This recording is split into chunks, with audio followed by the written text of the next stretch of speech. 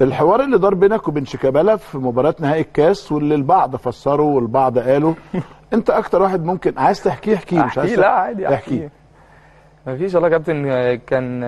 كان الكوره اللي هي اللي جه اتكلم معايا فيها، كان هو اصلا كان في كوره ليهم الاول، كانت كورنر ليهم وانا كنت راجع على ال 18، هو كان واقف على ال 18. فهو بص لي وانا بصيت له بيقول لي انا زعلان منك. قلت له ليه؟ قلت له ليه يا كابتن انت زعلان مني ليه؟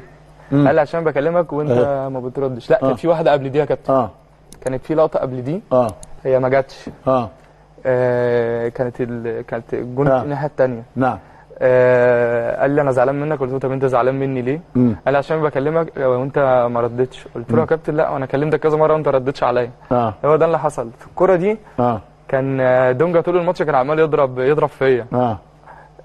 فبعدين لما انا جريت بيها وعديت بيها وكده، فبعدين انا قمت له